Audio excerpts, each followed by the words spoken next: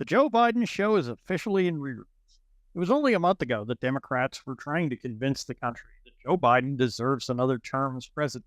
On Monday night, though, they stuck him at 11:30. His speech is almost in syndication at this point, and it was, in fact, the same old, same old. Biden barely tacked on any sort of endorsement for Kamala Harris. He wasn't specific about anything in her favor. He just wanted to talk about his record. And what we saw from Biden was barely competent. He didn't fall asleep.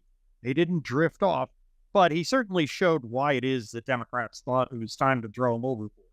Biden was shouty and he was snarly, and he was not at all charming or, to use the word that the Democrats are using for their current ticket, joyful. And he stepped on a bunch of his own line. He tried to convince people that he and Harris had fought to keep the schools open when the opposite is true. He spent a lot of time beating up on Donald Trump for Charlottesville, which is now 7 years ago. And yet, after Biden gave his whole song and dance about Trump calling protesters there very fine people, he turned around and talked about the anti-Israel protesters and said those protesters out in the street, they have a point.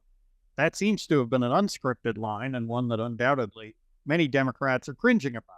At the same time, while Tim Walz was out on Sunday saying that Democrats don't call other people's names, Biden called Trump a liar, a loser, a felon, and a sucker. One of the more amusing sights of the entire speech was Nancy Pelosi in the front row holding a sign that said, "We love Joe," at the same time that Biden was claiming that he's not angry at the people who pushed him out. But Nancy came to bury Joe, not to praise him. The Democrats at the end of all of this have to be looking back and thinking they're very relieved that the president is no longer their presidential candidate.